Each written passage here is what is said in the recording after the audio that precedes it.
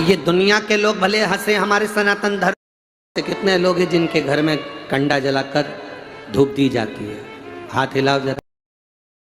गाय के गोबर के छेना पर बाद में गंगा लाना। अश्व लेकर असमंज चले, पर असमंज घर नहीं गए, वशिष्ठ बाबा के घर पर पहुंच गए। वशिष्ठ ऋषि के यहाँ जाकर असमंज ने हाथ जोड़कर कहा, गुरुदेव तुमने जो कंडे पर घी छोड़ा था, गाय का जो घी, और तुम्हारे पिता सगर से अश्वमेध यज्ञ की पूर्णाहुति करवाओ, उसके बाद में गंगा लाना। अश्व लेकर असमंज चले, घी छोड़ा था, गाय का जो घी छोड़ा था उसकी जो गंध उठी थी, वो गंध ने मुझे अपने भाइयों से मिलवा दिया।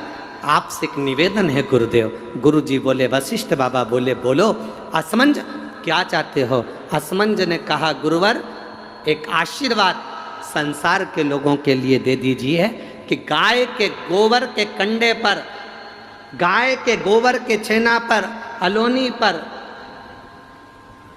इस कंडे पर जो घृत गाय का घी छोड़ेगा या गुड़ शक्कर उस पर छोड़ेगा, उसकी गंध उसके पितरों को तृप्त कर दे और पितरों का आशीर्वाद उसके घर पर मिल जाए। ये मुझे वर दीजिए, ये मुझे वर प्रदान करिए। आप लोगों में से कितने लोग हैं जिनके घर में कंडा जलाकर धूप दी जाती है?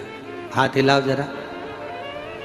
सभी लोग हैं, बहुत सारे। ठीक है, रखिए रखिए रखिए, जरूरी है।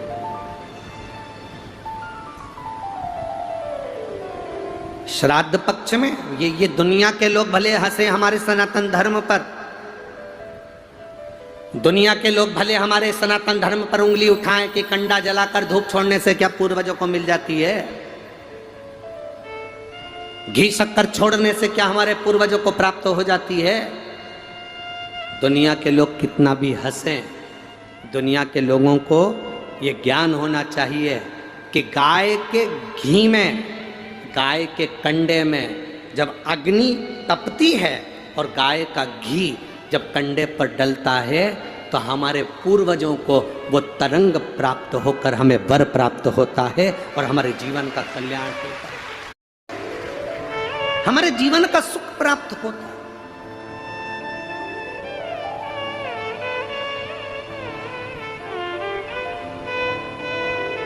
हमारे जीवन का एक आनंद प्राप्त होता है।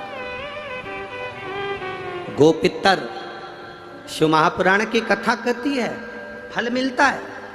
आप शंकर भगवान को एक लोटा जल चढ़ा रहे हो और मन में सोच कर जल चढ़ा रहे हो, धीरे धीरे हाथ में जल लेकर धीरे धीरे समर्पित कर रहे हो। श्री शिवाय नमस्तुभ्यं, श्री शिवाय नमस्तुभ्यं, श्री शिवाय नमस्तुभ्यं, धीरे धीरे जल चढ़ा रहे हो।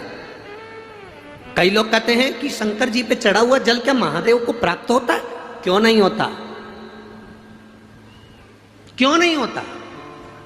आप दिल से, ये एक पत्र आया देखिए,